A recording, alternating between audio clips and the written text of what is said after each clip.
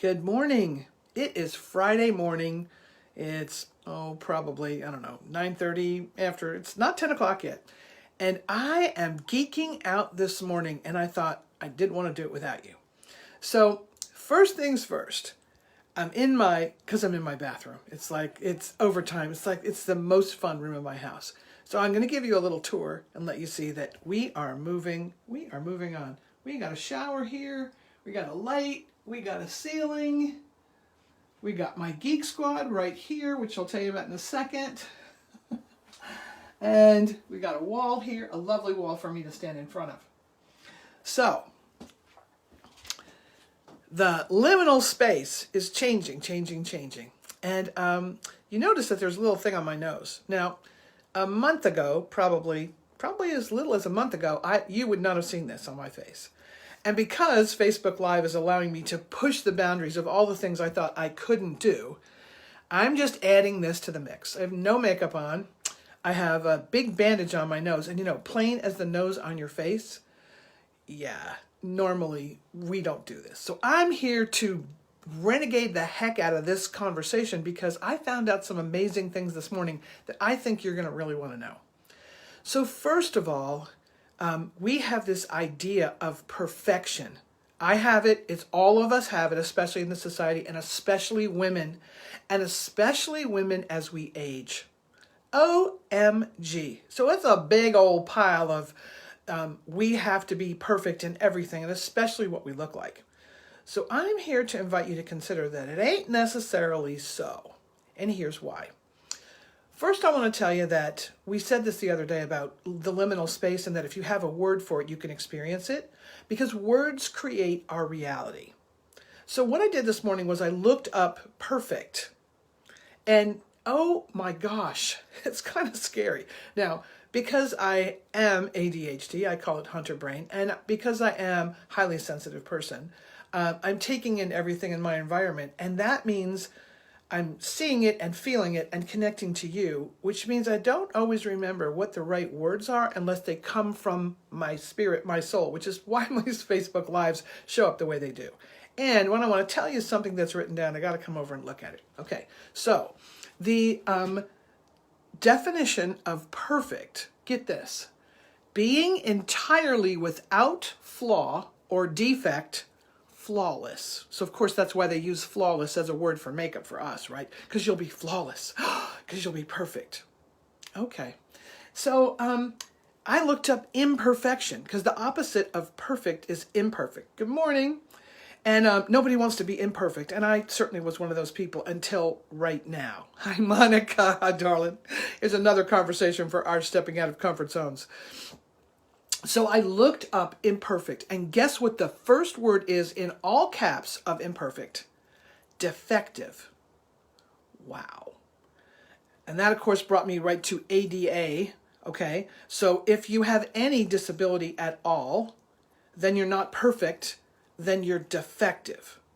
Ouch! That is not so. We have proved that that's not so. However, the words that we use, the words that we've been trained to use, actually show up in our reality. So think about, anything that is not. Now, what's perfect? I just had a great class with my coach, Simoncio, and a lovely woman named Serena Hicks, and we were talking about the racial bias that we have and all the ways that we hurt ourselves and each other. So the perfect person is white. That means if your skin isn't perfectly white, then you're defective. Oh my gosh, this is what we do to each other, and we do it unconsciously. So I'm here to blow the doors off that because I've got this little bandage on my nose. That's what set me into renegade mode. So all the ways we make ourselves be perfect so we won't be defective when really inside ourselves we're trying really hard not to show up as the defective people we know we are. Oh my darlings, that will not bring more life to any moment of your time on this planet. So I'm here to pretty much, jettison that out with the trash. So perfect means without flaw. Well, didn't somebody say, I think, and I usually don't do this, but this is the reference I'm getting. Didn't somebody say, whoever is without flaw, throw the first stone at this woman who is deemed to be imperfect? Yeah, okay. We all have flaws, but what's a flaw anyway? So I looked up flaw. So flaw means an imperfection or weakness, ouch, especially one that detracts from the whole, which means, yeah, you don't get to play, or hinders effectiveness. Oh my gosh.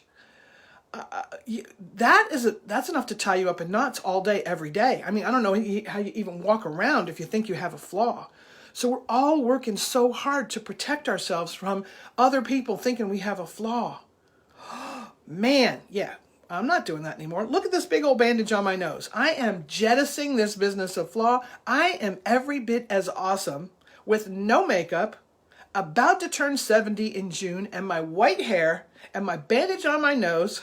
Okay, I've got gloss. Just saying. But the point is, we hold ourselves hostage to this stuff, and it's not working for us. And guess what? When we hold ourselves hostage to this perfection, imperfection stuff, I tell you what, the world suffers because we're so tied up in our own stuff that we can't do what we came here to do, which was to shine our light and make the world an amazing place to be in. Because we are here to lift each other up and love each other. And yeah, we're not doing it when we're all worried about, I got a bandage on my nose and no makeup and I'm about to turn 70 and I don't want people to see me. Guess what? Here I am in all my renegade glory. And I know that somebody's going to see me, and at least Monica is seeing me at this moment. I'm looking you right in your face, my darling, and you are up to big things in the world, and you and I are up to them together in this moment. Just saying. Okay, so you get my point, huh? I totally made my point. So words create our reality. When we think that imperfection is defective, that anyone who is neurodiverse, which I am, diverse in anything, okay, we think we are less. Well, there is no less. We said on some point, God don't make no junk. Each of us is born in the image and likeness of our Creator, however we experience that. And that is the perfection, which is flawless, of our souls. Well, now here's the interesting thing about perfect. Perfect, see, this is ADHD brain, and you know what? This is real. This is how my brain works. So I made my point. Words create our reality. I probably didn't tell you about defect, but you probably, here's a little defect thing. An imperfection, here it is, or abnormality. What the heck? What's normal? What's abnormal? You know, who said that? I'm normal for Maya. I'm the most normal Maya there is. Anyway, that impairs our quality, our function, or our utility. Yeah, I'm going to invite you to just take that out with the trash because it's not serving us and it's not serving the world, and the world needs us. Okay, so if words create our reality, how about this? New words create a new reality. So here's what I'm going to invite you to consider. With my little renegade self, here's the new word for perfect. And I've said this before, I'll probably say it again, but here it is now. So perfect is a moment in time for a human or a living creature. Like a flower is perfect for a moment and then it fades. A human is perfect for a moment in time, probably lots of moments in time. You look at the person that you love and you go, oh my God, there's perfection. And you know what? And then you're doing something else and they're doing something else and that moment passes. And it happens in a moment and it is absolutely perfect and then it fades. Perfect is an object or a machine that doesn't change, that doesn't breathe, and that has no life to it. So if we have life, we are imperfect because we are growing, developing, and changing every moment of the day. Kind of like my bathroom. It's only been since Monday. This is not the bathroom it was on Monday. So my bathroom is changing. Of course, I'm changing every moment.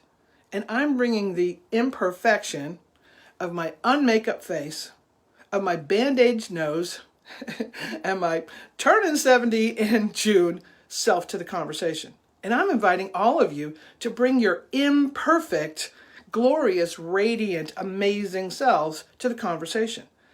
And I'm inviting you to let go of perfect, because they're not telling you the truth. This was in a dictionary, so you know it must be true, right? Not. So, words create our reality is number one. Number two, new words create a new reality. And number three, we always have a choice of the words we choose. So, I'm using the new perfect, which is I'm all that and a bag of chips.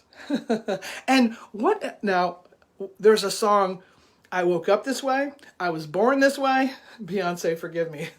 The point is, yeah, this is the new perfection, which is alive and glowing. And in this moment, it's perfect.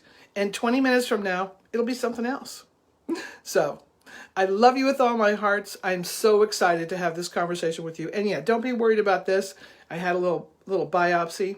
20 years ago, I had basal cell carcinoma here on my nose.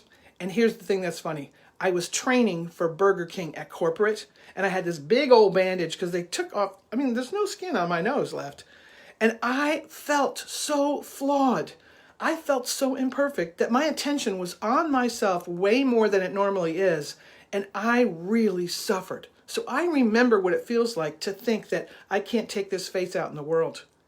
Guess what? I'm taking this face out in the world. And it's 20 years older. And I'm thinking right now cuter because I am so full of my own humanity and yours. So that's all for today, my darlings. Thank you for your support. I can't wait to see what you have to say. And on the replay, hi y'all. And I'm Maya Beatty. I'll see you next time.